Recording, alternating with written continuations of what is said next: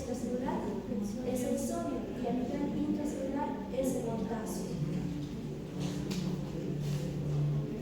Entonces, hablando exclusivamente del déficit de volumen de líquido isotónico, ¿a qué hace referencia isotónico? ¿Alguien tiene alguna idea? Pérdida de volumen de líquido isotónico.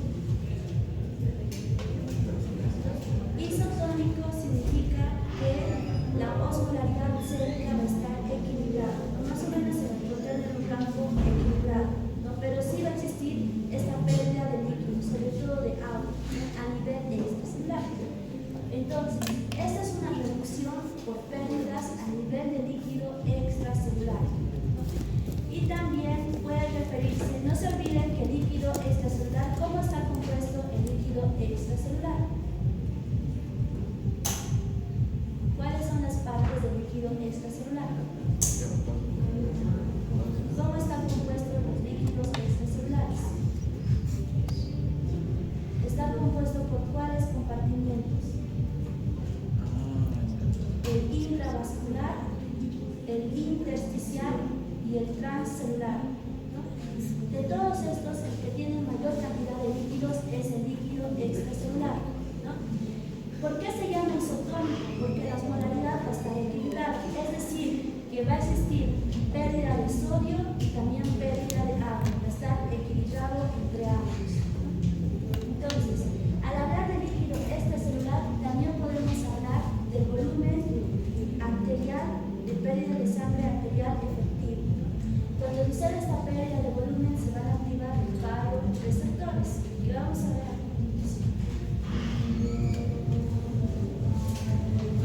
Entonces, estamos en la pérdida de volumen de líquido isotónico, ¿no? Donde la osmolaridad está equilibrada, pero sí existe esa pérdida de líquido. Y esas son las causas posibles de la pérdida de líquido isotónico, ¿no? Se pierde agua y electrolitos al mismo tiempo. Y aquí podemos ver en esta columna todos los trastornos que pueden incurrir en esta alteración. Por ejemplo, tenemos pérdidas excesivas de líquidos extraintestinales, como los vómitos, las diarreas, aspiraciones a través de sondas que sean excesivas o frecuentes. También tenemos las fístulas gastrointestinales o pérdidas renales excesivas, ¿no? Tratamientos con diuréticos, ¿no? Los diuréticos, ¿qué son diuréticos? ¿Están llevando farmacología? ¿Ya están en diuréticos? Son medicamentos que sirven para forzar la diuresis, ¿no? Para forzar la eliminación de la orina. Entonces, el uso excesivo de estos medicamentos también nos puede condicionar a una pérdida de volumen de líquidos isotónicos, ¿no? También tenemos pérdidas excesivas por la piel. Recuerden que la piel es una barrera que nos sirve para evitar la pérdida de líquidos, pero cuando esta barrera se lesiona, existen pérdida de líquidos con facilidad. Pero ahí, en el caso de pérdidas excesivas por la piel, señala la fiebre, ¿no? La fiebre, la diaforesis, la transpiración y sobre todo realizar ejercicios con un calor intenso, ¿no? Los golpes de calor. Donde se va diaforesis es transpiración. Sí, transpiración o diaforesis son pérdidas a través de la sudoración donde se pierden líquidos y electrolitos, en especial el sodio. El sodio se va a perder. También tenemos las quemaduras, exposición al clima cálido y también formación del tercer espacio. ¿Alguien sabe qué es la formación del tercer espacio? Sí, normalmente el líquido transcelular es del 1%, pero cuando esto se acumula los líquidos en estos espacios, tienden a formar el tercer espacio, ¿no? Que vendría a ser zonas con edema, sobre todo si es a nivel abdominal, se formará una síntesis, acumulación de líquido en abdomen o cavidad abdominal. Entonces, este déficit, normalmente, ¿qué es lo que sucede en el aparato digestivo, no? Hay excreción o secreción, mejor dicho, de 8 a 10 litros de líquido extracelular. Este líquido a nivel del intestino tiene que ser reabsorbido. ¿Dónde se reabsorben los líquidos a nivel del intestino? Generalmente se absorben en el vidrio distal y también en el colon, ¿no? ¿Y qué pasa en los procesos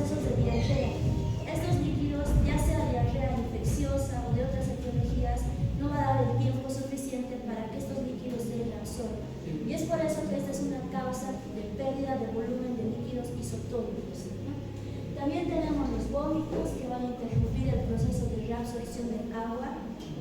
Y también tenemos de causa renal, ¿no?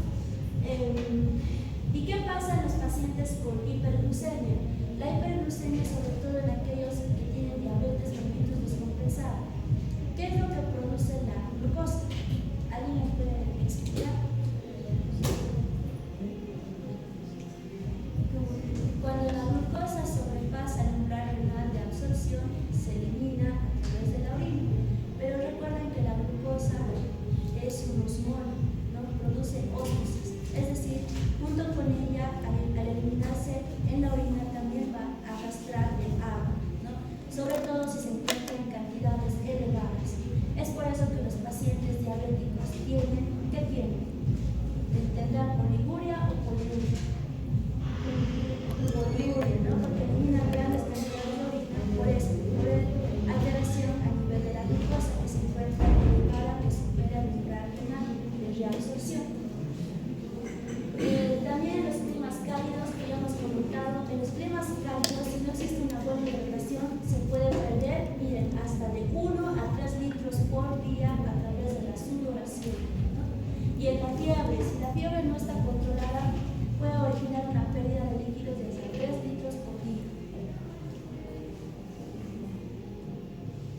Entonces, ¿qué manifestaciones clínicas tenemos que reflejan una pérdida o disminución del líquido extracelular?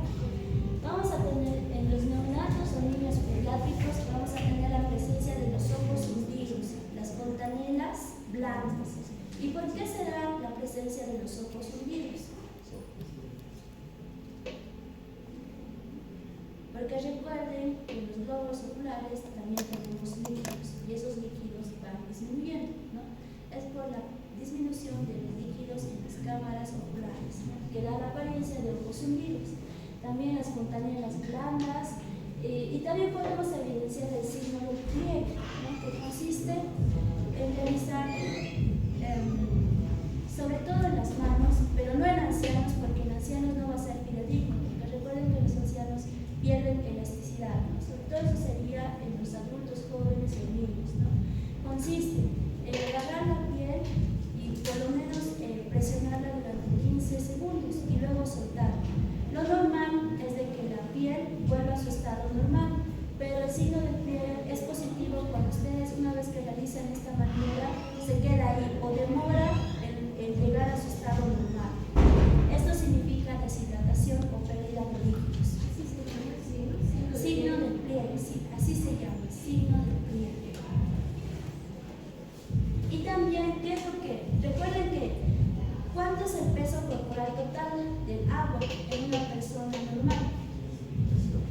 Ocupa el 60%, ¿no? Entonces, si pierden líquido, volúmenes de líquido, entonces también van a tener pérdida de líquido, ¿no? Pérdida de líquido con disminución de peso corporal. Aproximadamente 1 litro de agua pesa 1 kilogramo, ¿no? Y de acuerdo a esta deficiencia vamos a obtener 3 grados de déficit de líquido extracelular, que allá lo están detallando. Déficit leve cuando la pérdida de líquidos es del 2%. Déficit moderado cuando la pérdida de volumen es del 2 al 5%. Y pérdida de déficit grave de líquidos cuando supera el 8%. Y entre otras manifestaciones clínicas de esta pérdida de líquido isotónica tenemos, obviamente el gasto urinario va a ser menor, pero eso va a depender de la patología. También la osmolaridad, a excepción de los diabéticos, ¿no? Donde existe hiperglucemia, pero en los otros casos sí va a estar disminuida. La osmolaridad sérica en un inicio puede estar levemente incrementada, pero luego se normaliza, ¿no? Y recuerden que si una persona pierde volumen, ¿cuál es el reflejo que se va a activar? Va a ser el reflejo de la sed, que es un reflejo de urgencia para la ingesta de líquidos, ¿no? Sobre todo agua. Como va a haber pérdida de líquidos, va a existir un estado de hemoconcentración.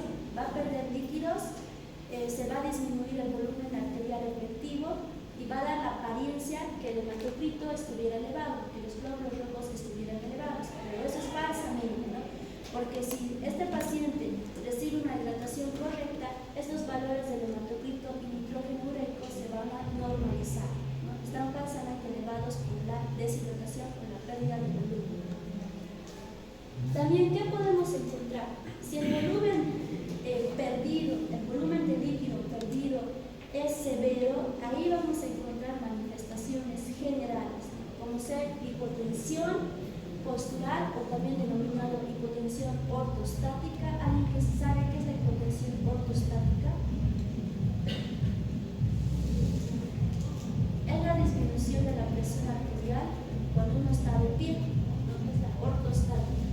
También encontramos taquicardia, pulso débil, filiforme, llenado de las venas reducido, mayor tiempo en el llenado de las venas, hipotensión y choque, ¿no?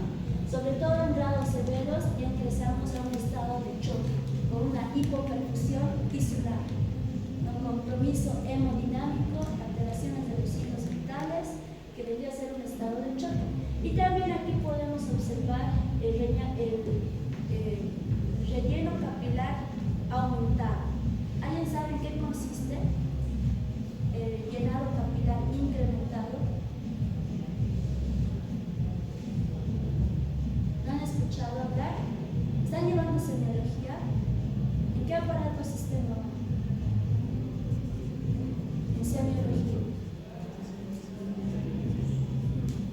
¿O qué temas están llevando en semiología? Historia clínica. ¿Qué? Historia clínica, los síntomas, signos y síntomas. Los síntomas, pero ¿de qué? ¿En general síntomas? Sí, síntomas generalizados, dolor,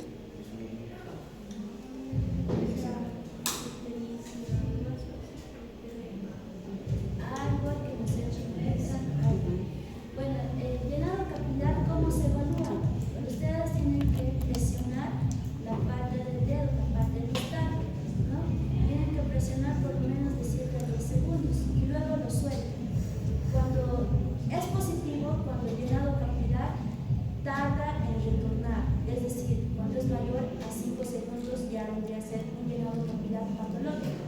Pero si ustedes al presionar el dedo lo sueltan y a los 2 segundos ya se completa el llenado, entonces significa que esto es normal. Normalmente en estos estados de alteración de volumen el llenado capilar es lento o prolongado, más de 5 segundos. Luego ¿Se llama eso? Llenado capilar.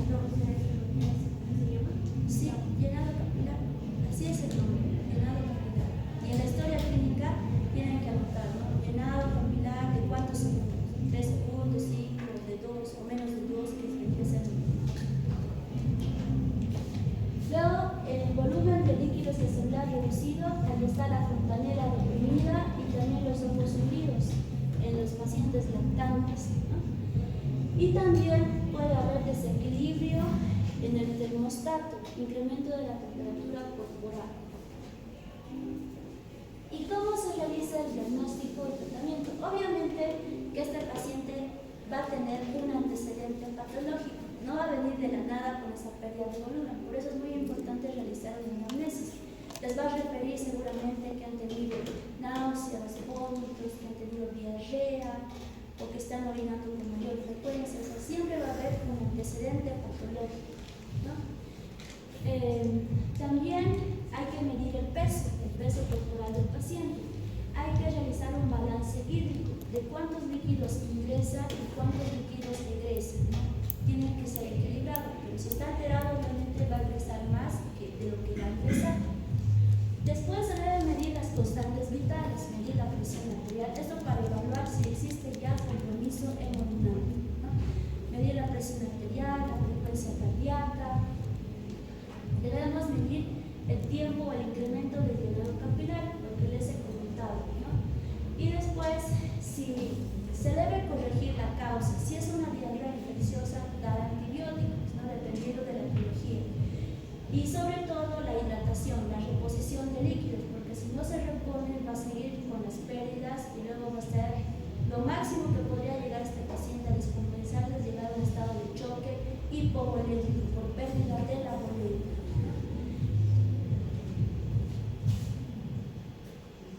Ahora tenemos el lado contrario, exceso de volumen isotónico, ¿no? Cuando hay mayor cantidad de volumen en el líquido extracelular, ¿no? Pero la osmolaridad está equilibrada, o más o menos equilibrada. Entonces tenemos que esta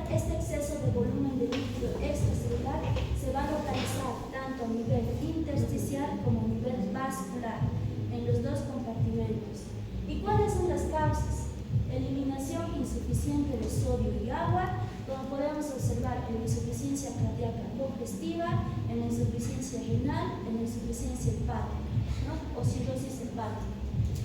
En el aumento de la concentración de corticosteroides, como en la enfermedad de hiperaldosteronismo, enfermedad de Cushing, enfermedad hepática como la cirrosis hepática, consumo excesivo de sodio en relación a la alimentación.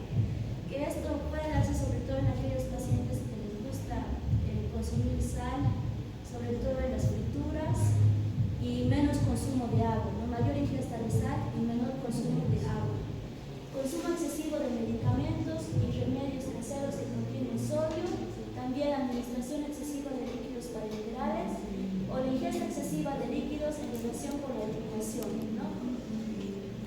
¿Qué es lo que va a ocasionar toda esta etiología? Va a ocasionar un aumento de sodio corporal total que va a estar acompañado de agua, o sea, de los dos. Por eso es isotónico, ¿no? Porque va a ir aumentando la cantidad de líquido, de agua, pero también de solutos de sodio, ¿no? No hay una pérdida, más bien hay un aumento, pero de los dos.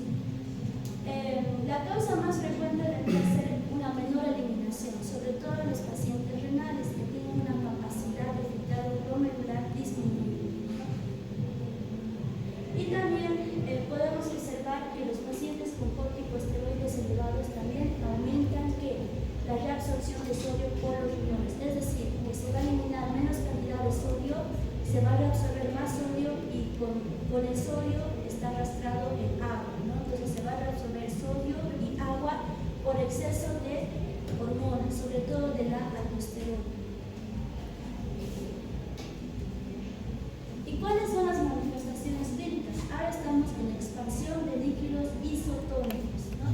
Las manifestaciones va a ser incremento de peso, ¿no? En el otro era reducción de peso, en este es incremento de peso por retención de líquidos o incremento del volumen de líquido extracelular.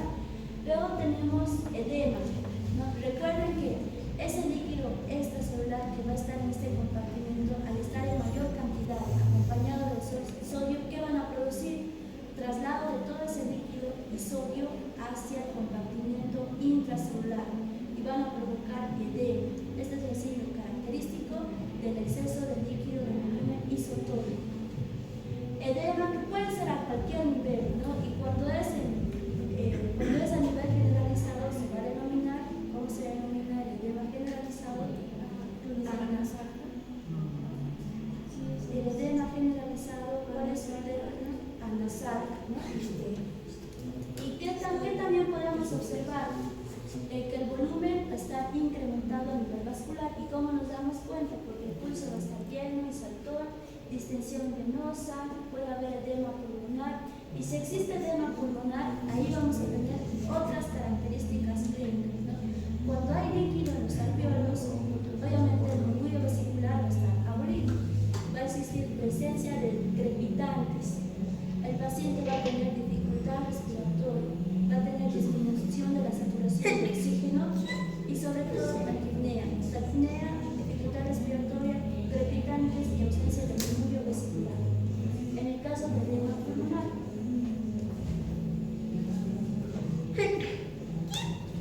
Bueno, entonces, dentro de estas causas es importante el interrogatorio, porque vamos a observar los antecedentes patológicos, ¿no? En este caso, si es una enfermedad hepática, si es una cirrosis, tendrá de base su patología hepática, ¿no? Obviamente va a tener alteraciones en la morfología hepática, alteraciones a nivel de las transaminasas hepáticas, el paciente tal vez está entérico. Los antecedentes son muy importantes, ¿no? También debemos solicitar la medición del peso diario del paciente. Generalmente estos pacientes llegan a internarse y sobre todo los que manejan mal los líquidos o la regulación de líquidos son los niños y los ancianos, que siempre se internan para corregir este desequilibrio. Debemos buscar las zonas con edema y realizar la maniobra o el signo de fobia, ¿no? Que ya lo conocen. Y lo que se indica en estos casos es la disminución en la ingesta de sodio, ¿no? Una dieta hiposódica, así se indica en la historia clínica en medidas generales. ¿Y los diuréticos para qué? Para eliminar el exceso de líquido. Pero eso va a depender de la etiología, pero sí ayudan los diuréticos para eliminar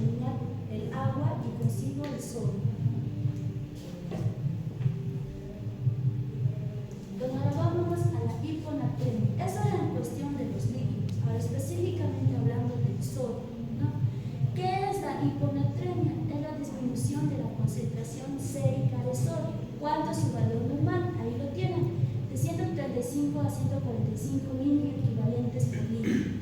Si está debajo de 135 ya es una hiponatremia. ¿Por qué es muy importante que sepan esta alteración? Porque el sodio es el electrolito fundamental del compartimento extracelular. Y no solamente eso, también participa en el equilibrio ácido-base. ¿Y también en qué participa el sodio? En los potenciales de membrana, en los potenciales de acción. Todas las células tienen bomba de sodio y potasio. Entonces, este sodio va a dar, junto con otros aniones, van a acompañar, pero en realidad el sodio ocupa el 90 y 95% como electrolito fundamental. ¿Para qué? Para la osmolaridad sérica, ¿no? Entonces, la osmolaridad sérica, que su valor, si bien les dije que es 280, que ese sería la media, ¿no? Pero todo tiene parámetros, porque no hay datos exactos, ¿no? ¿Y cuál es el parámetro de la osmolaridad sérica? Es de 275 a 295 miliosmoles por kilogramo, ¿no?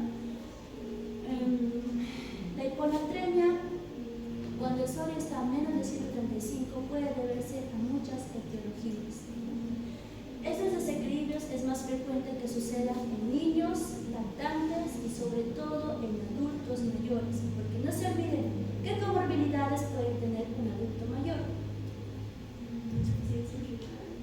Recuerden que los adultos mayores, la mayoría ya tienen comorbilidades, pueden tener enfermedades de base, insuficiencia renal, insuficiencia cardíaca congestiva y demás. Y recuerden que el mecanismo de la sed de los adultos mayores está desequilibrado, no tienen ese mecanismo de sed como un paciente joven. ¿Y cuántos tipos de hiponatremia tenemos? ¿No? Tenemos la hiponatremia hipertónica o translacional, ¿no? O translocacional, que consiste en el desplazamiento osmótico de agua del compartimiento intracelular al extracelular. Por ejemplo, los estados de hiperglucemia. ¿Qué pasa en los estados de hiperglucemia? El exceso de glucosa en la sangre ocasiona una ósmosis de agua, de líquido intracelular a líquido extracelular. Pero recuerden que el agua siempre va acompañado de sodio, es decir, al sacar agua del líquido intracelular de la célula, también saca sodio. Por eso se denomina translocacional, porque se traslada del intracelular al extracelular. Un claro ejemplo son los estados de hiperglucemia, sobre todo el diabetes mellitus descompensado.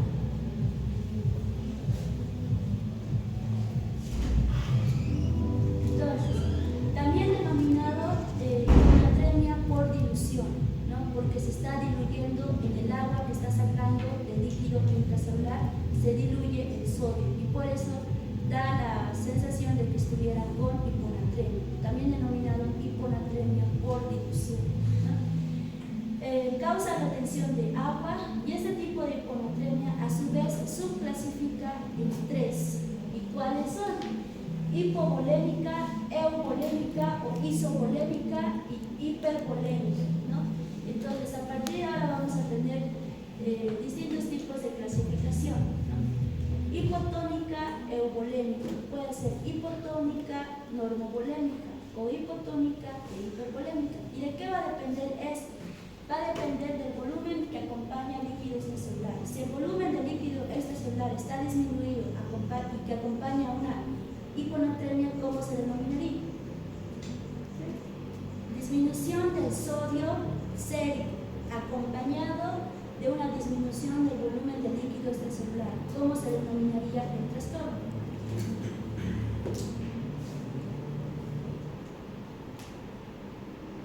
Si está disminuido el sodio sérico, ¿cómo se denomina? Hiponatremia, ¿no? Y si está disminuido el volumen del líquido extracelular, ¿cómo se denomina? Hipovolémica, ¿no? Si el volumen del líquido celular, del líquido extracelular está normal, sería isovolémica, pero si el volumen del líquido extracelular está incrementado, sería hipervolémica, ¿no? Entonces, que va acompañada a la hiponatremia se va a clasificar en hiponatremia, hipovolémica, hiponatremia, isovolémica, hiponatremia, hipervolémica, ¿no? Que son diferentes tipos de hiponatremia. ¿Qué? No te escucho bien. ¿Por qué están cansados? ¿Qué ha pasado, jóvenes? ¿Que hace calor? ¿O han tenido exámenes? Entonces, ¿por qué estarían cansados? Hace calor. El calor, hace la calor arrulla, ¿no? Sí, pero eso no es.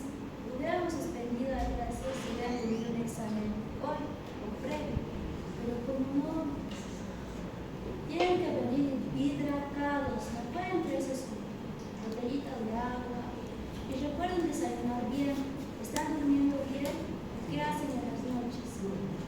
Ya no les estoy pidiendo mapas mentales para que digan, me han amanecido con una mapa mental, o están estudiando, pero otras materias, fisiopatología no se ve que estén estudiando, sí, pero la única y los demás tienen que estudiar, jóvenes, tienen que acostumbrarse a estudiar. Y esto sería, miren, hasta ahorita lo anterior ha sido pura fisiología. Recién vamos a entrar a los trastornos. Pero si ustedes no vienen repasando, obviamente que esto va a ser algo novedoso para ustedes. Pero si ustedes estuvieran leyendo el tema con anticipación y aquí con lo que yo digo reforzar, entonces estaría bien. Pero si vienen de sorpresa, por eso se están sorprendiendo de los conceptos. Pero estos conceptos también se llevan de fisiología, ¿no? De la hiponatremia, del estado de hiponatremia. Ya falta poco para que terminemos. Entonces, no les quiero agotar mucha teoría, después voy a revisar sus exámenes.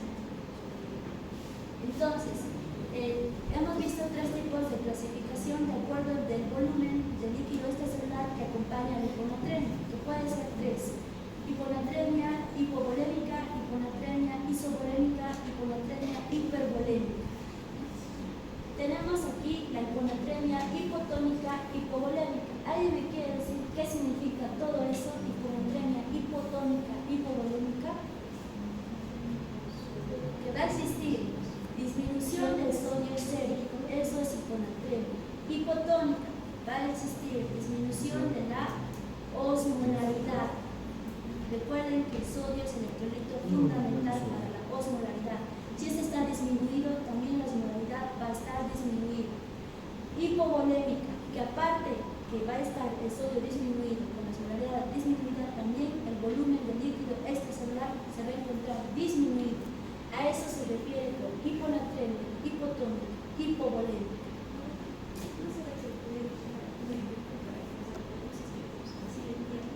Al final tengo un gráfico donde lo van a descubrir, ¿no? Puedo ver así, para que no se olvide. Sí, ¿ves?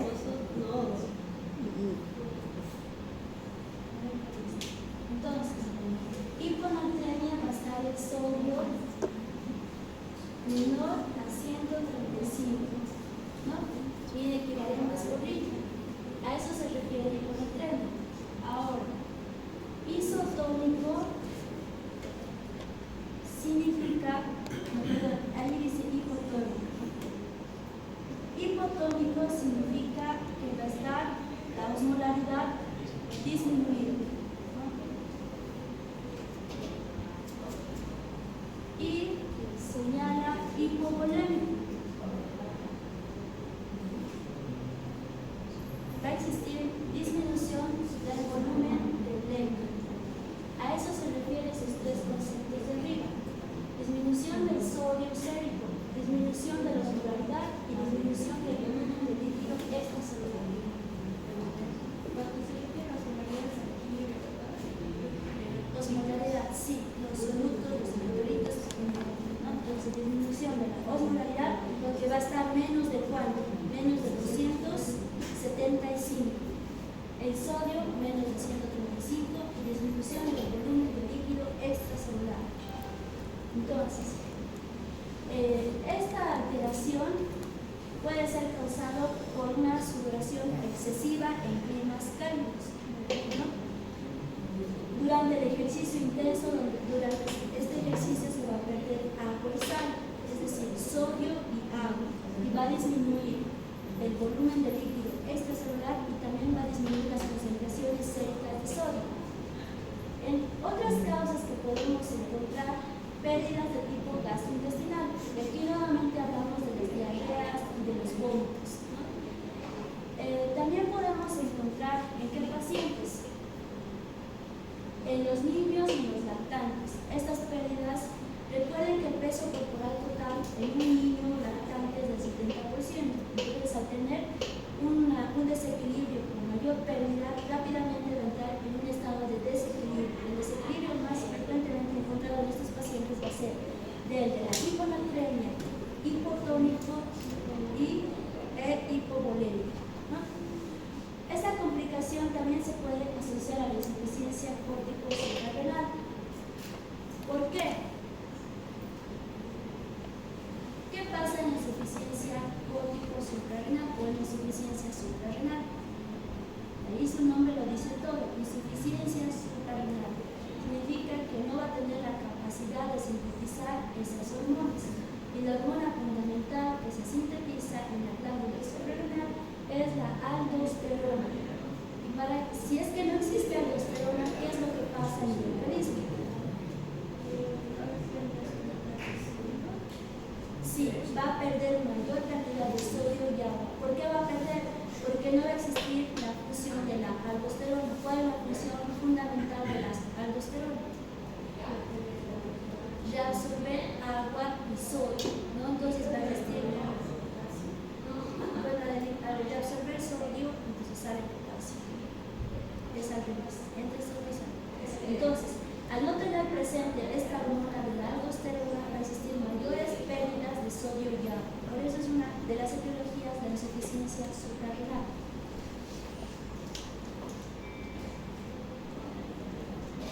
Tenemos otra clasificación que es la hiponatremia hipotónica normovolémica. Es igual que la anterior, pero la diferencia es que la volemia va a estar normal, va a ser normovolémica, ¿no?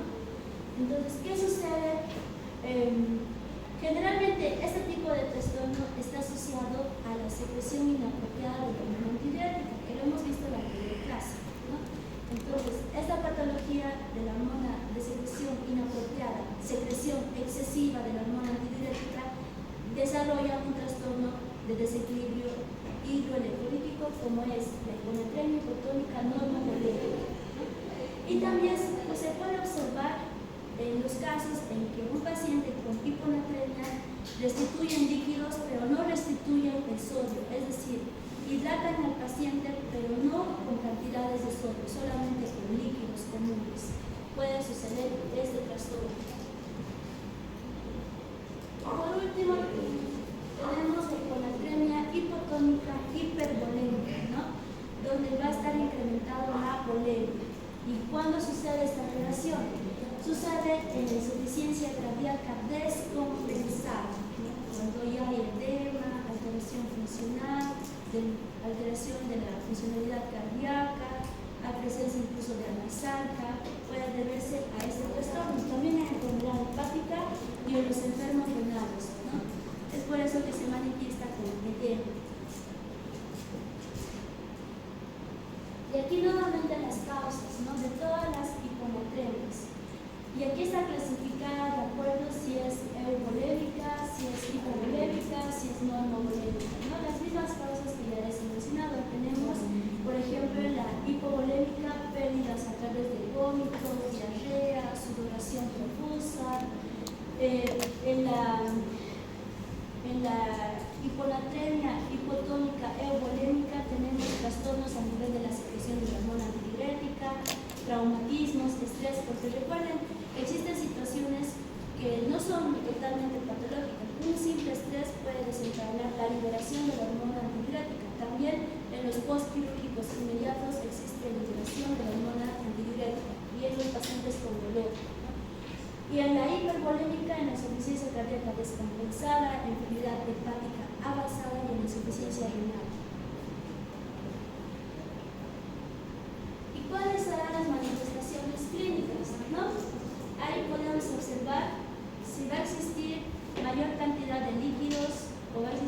alteraciones a nivel del sodio va a originar que estos pasen a nivel de la célula, del líquido extracelular pase al líquido intracelular y se origine el edema.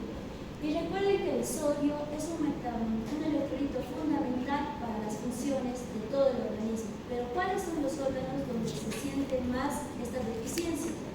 El cerebro, ¿no? El cerebro y el tejido músculo esquelético. Es por eso que ante una deficiencia de sodio van a presentar debilidad, calambres, parestesias, ¿no? Que son signos tempranos de la hiponatremia. Y a nivel cerebral, ¿qué podemos encontrar? Todo eso, ¿no? Cefalea, depresión, angustia, cambios de personalidad, letargia, estupor y coma, ¿no? Porque recuerden que el sodio es muy necesario para las neuronas para su potencial de visión. Entonces, al estar disminuido, esto va a originar incluso edema cerebral, ¿no? Que sería la complicación más grave de esta condición o alteración. ¿Y cómo se realiza el diagnóstico? ¿No? Siempre medir los electrolitos. Los electrolitos que van a solicitar son electrolitos sodio, potasio y calcio sérico, en algunas ocasiones magnesio, pero va a depender de la etiología. También deben realizar la medición de la osmolaridad plasmática y de la osmolaridad de orina. Debemos realizar la medición del sodio en orina para evaluar si existe una diuresis o no, porque en ciertas patologías va a existir presencia de sodio en orina. Antecedentes es muy importante, ¿no? Si el paciente tiene insuficiencia cardíaca, cirrosis hepática, si ha tenido vómitos, si ha tenido diarrea, o si ha estado en un calor extenuante, le ha dado un golpe de calor. Y el tratamiento depende de la causa subyacente. Y no se olviden corregir el sodio. Pero aquí hay que tener mucho cuidado. Si es una pérdida crónica de sodio, no se debe corregir de forma precoz, porque ¿qué es lo que van a originar? A nivel cerebral pueden originar una complicación secundaria a la corrección rápida de sodio, ¿no? Que es la mielinólisis centroprotuberancial, ¿no? Que consiste en la desmielinización de las fibras nerviosas acompañado de edema, que si entra en esta condición le deja secuelado al paciente, ¿no? De esto ya, cuando quedan con secuelas neurológicas, es de por vida. También debemos, en los casos de los pacientes que tengan síntomas neurológicos como ser edema, cefalea, otras alteraciones neurológicas, se debe iniciar la solución salina hipertónica, ¿no? Una solución cargada con cloruro de sodio.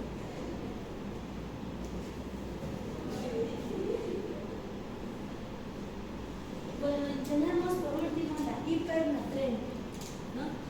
Es el otro extremo. La hipernatremia es las concentraciones séricas elevadas de sodio, superior a 145 mini equivalentes. Y recuerden que al existir una hipernatremia, también la osmolaridad va a incrementar, mayor a 295 mini osmoles por kilogramo de agua, ¿no? Recordemos que el sodio es un soluto que es impermeable a la membrana celular, no pasa directamente a la célula, ¿no? Sino que necesita ciertos mecanismos. No es como el agua que se difunde directamente a través de las acuaporintas.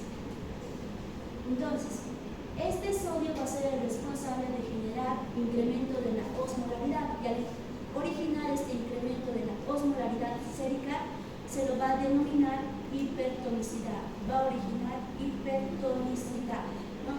Es decir, mayor cantidad de sodio en el líquido extracelular. ¿Qué es lo que va a hacer con el líquido intracelular de la célula? Cuando existe mayor cantidad de sodio a nivel, ¿qué vamos a aplicar en la célula? Este va a ser el líquido extracelular y este líquido intracelular. Al existir mayor cantidad de sodio a nivel extracelular, ya sea en el espacio intersticial y en el líquido vascular, ¿qué es lo que origina? Que todo el agua que está dentro del líquido intracelular salga al espacio extracelular. Entonces va a haber una salida de agua del líquido intracelular al extracelular. ¿Y qué es lo que va a originar con la célula? Esta célula, al estar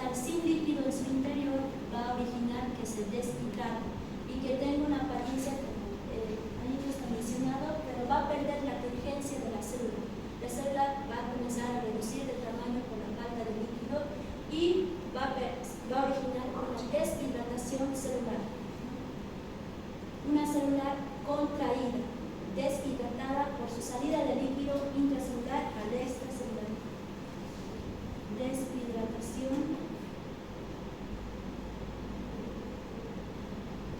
¿No? Es lo contrario a la hiponatremia. Entonces va a originar un estado de deshidratación celular, ¿no?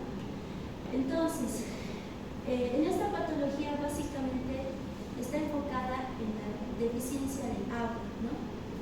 Y una mayor cantidad de sodio. Puede haber distintas etiologías, que aquí podemos mencionar algunas, ¿no? Por una deshidratación excesiva. ¿A qué se refiere? Recuerden que si bien en los anteriores hemos comentado que en una deshidratación se puede perder agua y sodio, pero existen situaciones específicas donde se pierde más cantidad de más cantidad de agua y menos sodio. Entonces, en estas situaciones específicas podemos ver este trastorno de la hipernatremia, ¿no? Por ejemplo, diarrea acuosa.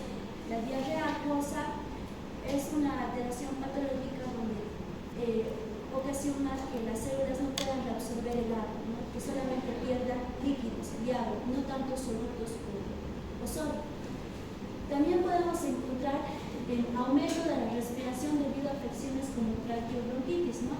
Aumento de la respiración que ocasiona pérdidas insensibles incrementadas a nivel respiratorio.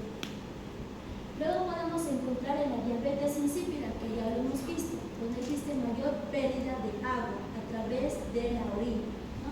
Grandes volúmenes urinarios perdidos de aproximadamente de 3 a 20 litros. Y entre otras causas encontramos menor ingesta de agua, ¿no? Es decir, una mayor ingesta de sodio y una menor ingesta de agua puede llevar a esta condición de hipernatremia. Falta de sensación de sed, sobre todo en aquellos pacientes que han sufrido traumatismos craneoencefálicos, donde está alterado el centro de la sed, o en aquellos pacientes que no pueden comunicarse, como los lactantes, en aquellos pacientes que no pueden acudir de forma independiente para realizar satisfacer su necesidad de sed, como los ancianos, ¿no? Esos son los grupos vulnerables. También tenemos que esta hipernatremia es considerada como un factor independiente.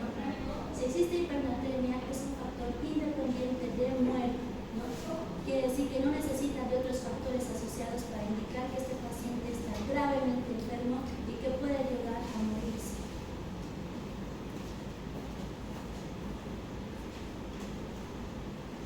¿Y cuáles son las manifestaciones secundarias a las pérdidas de líquido intracelular y a la deshidratación celular, ¿no? Aquí podemos observar, va a depender de la gravedad. Obviamente el paciente va a tener signos de deshidratación, las mucosas secas, los ojos hundidos, también podemos encontrar el signo de pliegue, y a nivel cerebral es lo más llamativo, ¿no? Como les dije en la anterior diapositiva, los órganos que más resienten son el cerebro, y el cerebro ante una cantidad excesiva de sodio, ¿qué manifestaciones va a presentar? ¿No? Agitación. Eso es con la corrección rápida de sodio. No, con la corrección, o sea, la mielinólisis que les he hablado en la anterior diapositiva sucede, es una complicación secundaria al tratamiento. No tienes una hiponatremia y corriges rápidamente esa hiponatremia, entonces el cerebro entra en un estado de mielinólisis, que es una desmielinización de las neuronas. Es una complicación secundaria al tratamiento. Podemos encontrar coma, convulsiones, agitación, cefalea, inquietud, ¿no? Y ahí hay otros valores, ¿no? Al estar incrementado el sodio, también podemos encontrar el hematocrito y el nitrógeno ureico altos. Por eso sirve para realizar un control, la medición de estos parámetros. La osmolaridad sérica va a estar incrementada. El valor sérico del sodio va a estar arriba de los 145 mini equivalentes. También podemos encontrar, recuerden que al estar la osmolaridad incrementada, ¿qué mecanismo se activa? ¿Cuáles son los mecanismos de activación de la sed?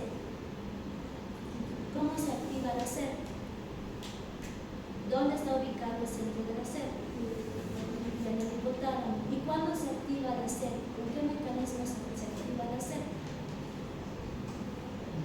La SED se activa con el incremento de la osmolaridad sérica y con la disminución del volumen arterial efectivo, ¿no? Y aquí vemos un estado de incremento de la osmolaridad sérica y por tanto se va a activar este mecanismo de la SED, ¿no? El paciente va a tener sed, también podemos encontrar oliguria, anuria, en deshidratación intracelular la piel va a perder la turgencia, vamos a encontrar una piel seca, deshidratada, las mucosas secas, ojos hundidos, letargia, lengua seca, poca salivación o lagrimeo, ¿no? También a nivel cerebral, los reflejos lentos, convulsiones, coma, agitación, inquietud, cefalea. Y también podemos observar taquicardia. Si esta hipernatremia es severa, podemos observar taquicardia, pulso débil, presión arterial baja, colapso vascular, ¿no? Entonces tengan en cuenta este desequilibrio que es muy fundamental. Es lo que más van a ver de aquí y toda su vida. Lo van a ver en el internado, lo van a ver en sus prácticas de clínica médica, van a aprender a corregir los electrolitos, cuánto de sodio tienen que dar al paciente con una hiponatremia, cuánto de potasio van a dar a un paciente con una hipocalemia, en qué casos se repone, hace una reposición rápida o una reposición lenta, en qué casos no. Van a aprender a calcular la osmolaridad, ¿no? Y van a evaluar los signos de deshidratación en el paciente. Y por último, el diagnóstico, ¿no? Siempre se basa en los antecedentes. Antecedentes patológicos, la exploración física, que es lo más llamativo, buscar datos de deshidratación celular, ¿no? Tratamiento, corregir siempre la causa subyacente, investigar la causa y corregirla. Restitución de líquidos y en la hipernatremia crónica la corrección del sodio debe ser lenta, al igual que en la hiponatremia